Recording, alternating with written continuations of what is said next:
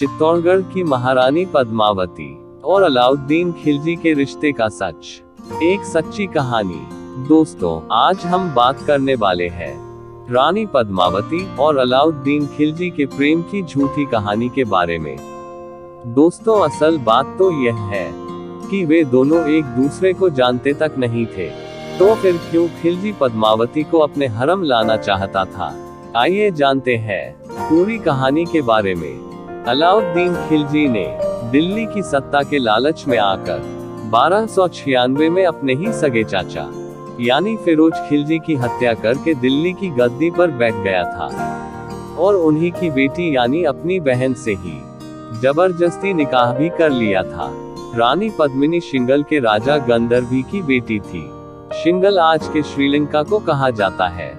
पद्मावती को चित्तौड़ के महाराज रतन सिंह स्वयंवर में जीतकर अपने राजमहल लाए थे।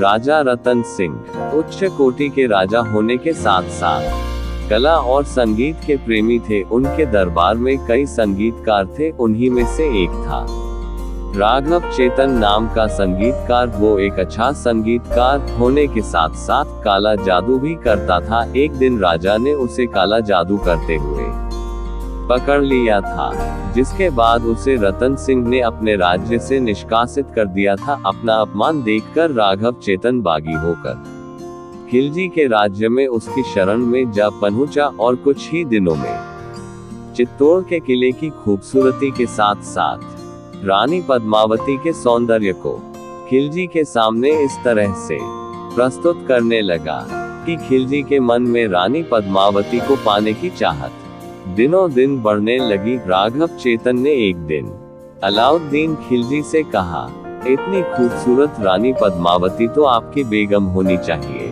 बस फिर क्या था, खिलजी अपने मन में रानी पद्मावती के बारे में गलत विचार लिए अपनी फौज के साथ चित्तौड़ की ओर कूच करने लगा। जब खिलजी चित्तौड़ के किले के पास पहुंचा, तो किले के चारों ओर कड़ी सुरक्षा में वीर राजपूत सैनिकों की घेराबंदी देखकर उसे मजबूरन रुकना पड़ा। लेकिन महत्वाकांक्षी अपने मन में पाप लिए बैठा था, इसलिए उसके लिए एक एक पल भारी पड़ रहा था। जल्दी से किसी तरह रानी पद्मावती की एक झलक देख लेना चाहता था।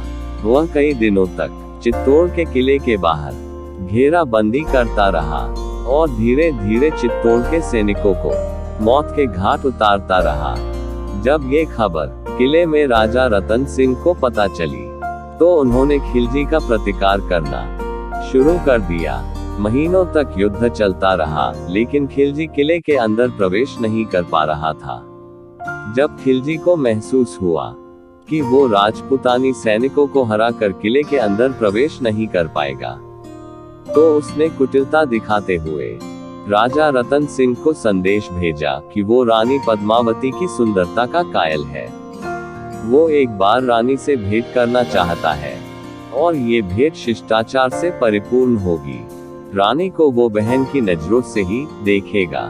अलाउद्दीन खिलजी का संदेश सुनकर राजा रतन सिंह ने प्रजा और राज्य का हित देखते हुए खिलजी का प्रस्ताव मान लिया और अगले दिन खिलजी को महल के अंदर आने का इंतजाम करवा दिया।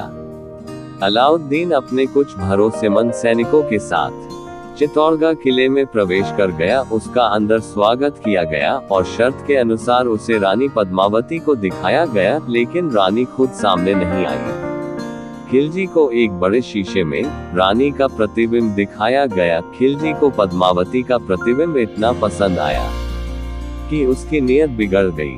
वह सोचने लगा कि जिसका प्रतिबिंब ही इतना सुंदर हो, तो वो खुद कितनी सुंदर होगी। अब खिलजी ने रानी पद्मावती को अपने हरम में ले जाने की ठान ली और अपने सैनिकों की मदद से राजा रतन सिंह को धोखे से बंदी बनाकर अपने कबीले में लेकर चला गया और रानी पद्मावती को संदेश भेजा कि अगर राजा रतन सिंह और अपने राज्य के सभी मर्दों को जिंदा देखना चाहती हो, तो तुम्हें मेरे साथ मेरे हरम में चलना पड़ेगा। अगले दिन खिलजी को संदेश मिला कि रानी उसके साथ हरम में चलने को तैयार है, लेकिन उनकी शर्त है कि राजा रतन सिंह को उन्हें जिंदा छोड़ना होगा। अलाउद्दीन ने रानी की शर्त मंजूर कर ली। अगली सुबह जब 40 डोली सजाई गई और उसमें रानी पद्मावती नहीं बल्कि चित्तौड़ के प्रधान सेनापति गोरा और बादल सिंह ने अपनी तलवारें और शस्त्र लेकर अपने चुनिंदा सैनिकों के साथ डोलियों में बैठकर किले के बाहर आए। सजी हुई डोली देखकर राजा रतन सिंह अत्यंत दुखी हुए। उन्हें लगने लगा था कि उनकी रानी उनके साथ धोखा करके इस जाहिल के साथ जा रही है, लेकिन ऐसा कुछ भी नहीं था। डोलियों को अपने कबीले की ओर आता देख खिलजी की खुशी का कोई ठिकाना नहीं था। डोलियां उसके कबीले के अंदर पहुंचाई गई थी तो उनमें से तलवारें लेकर गोरा और बादल सिंह अपने वीर सिपाहियों के साथ बाहर आए और खिलजी की सेना पर काल बनकर टूट पड़े। इस तरह से वे राजा रतन सिंह को खिलजी की कैद से छुड़ाकर ले जाने में सफल रहे, लेकिन गोरा को युद्ध में अपने प्राण गंवाने पड़े।